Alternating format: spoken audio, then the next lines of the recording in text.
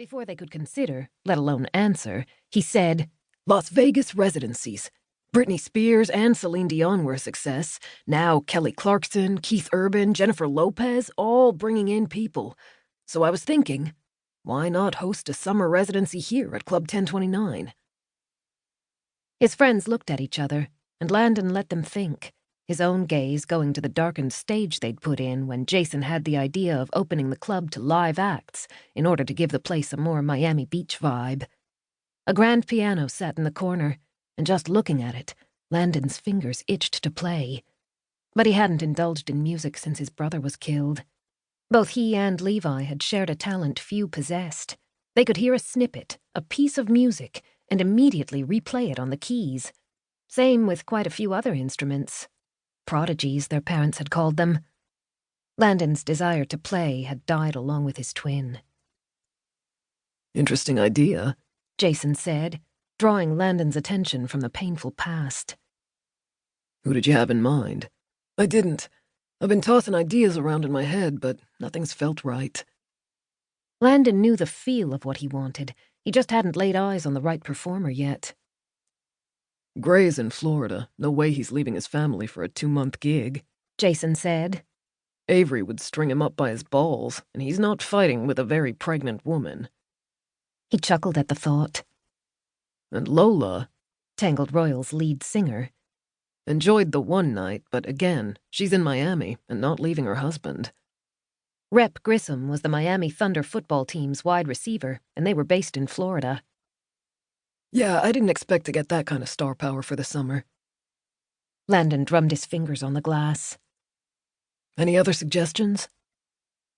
For the next few minutes, they tossed around names. Big, small, rock, classic, pop, indie, but they couldn't agree on the first person to approach. Jason snapped his fingers and pulled his phone from his pocket. "Faith watched one of the morning shows on television earlier today. On their pop news segment, they featured this woman whose performance video went viral. Vivi something or other. You should check her out. Great pipes. I don't think she's going to stay unknown for long. Let me search." He input something into his phone and muttered to himself as he obviously scrolled through videos. "While he looks, I want to make sure we're on the same page," Landon said. "When I say residency, I mean we need to provide a place for the performer to stay while they're in the city, assuming they don't already live here. And depending on what we agree to pay per performance, there may be supplemental payment or things we need to give as well." He looked to Jason, who was still scrolling through his phone. As the CEO, he might find holes in the plan Landon had missed. Tanner, too. They complemented each other's strengths and weaknesses. "We could offer the upstairs apartment," Tanner suggested. "Saves an additional rental fee, and we don't use it much anymore." Landon shook his head. "You two very much attached guys don't," he muttered. Tanner shot him a wry glance. "When was the last time you hooked up upstairs? Or anywhere, Landon? It's the cheapest solution." Frowning, he gave the point to his partner. "Fine." He ignored answering the question because he couldn't remember the last time he'd had a good fuck, or any fuck for that matter.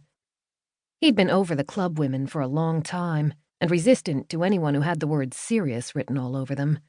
It would take a special woman to get him to change his mind, but he didn't deny it was possible. Although his ex had royally screwed him over, his parents had an amazing relationship and had been happily married for the last 32 years.